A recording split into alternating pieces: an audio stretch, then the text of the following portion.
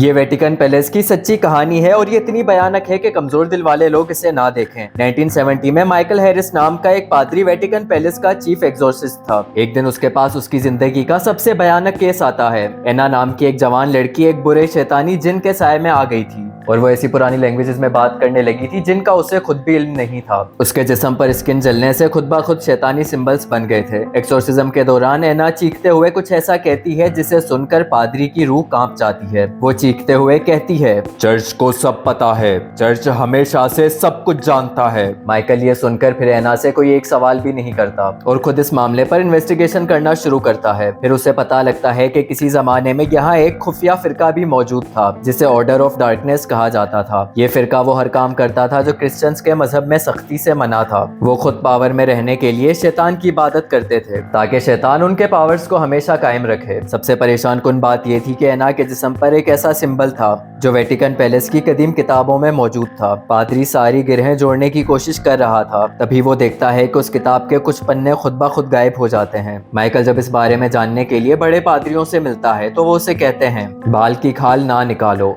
कुछ सच ऐसे भी होते हैं जिनके बारे में ना जानना ही सबके लिए अच्छा होता है। लेकिन माइकल उनकी एक नहीं सुनता। वो अपने जर्नल में ये सारा वाकया लिखता है ताकि सच जान सके। फिर एक रात सख्त सिक्योरिटी होने के बावजूद भी एना चर्च से गायब हो जाती है और साथ ही माइकल भी कहीं गायब हो जाता है। वेटिकन पैलेस वहाँ सबको कहता है कि माइकल अपने कुछ पर्सनल मामलात की वजह से कहीं चला गया है। कुछ हफ्ते गुजरने के बाद पादरी माइकल का जर्नल वहाँ इबादत गाह में रखा हुआ मिलता है, जिसमें माइकल की आखिरी लिखी हुई लाइन ये थी, यहाँ अंधेरा छा चुका है, वो जानते हैं कि मैं सच्चाई जान चुका हूँ, मेरी रूह के लिए दुआ करना। साथ ही उस जर्नल में एक तस्वीर भी मौजूद थी। उस तस्वीर में माइकल अपनी स्टडी में बैठा हुआ था और उसके पीछे एक काला साया था जिसकी आंखों में आग के शोले थे। आज तक कोई इस बात का पता नहीं लगा सका कि माइकल के पीछे वो कौन था, या शायद वेटिकन पैलेस को चलाने वाले लोग उस शैतानी फिरके को खुद ही सबसे छुपा रहे हैं। वीडियो इंटरेस्टिंग लगी तो इस तरह की मजीद स्टोरीज देखने के लिए पेज को फॉलो कर लीजिएगा।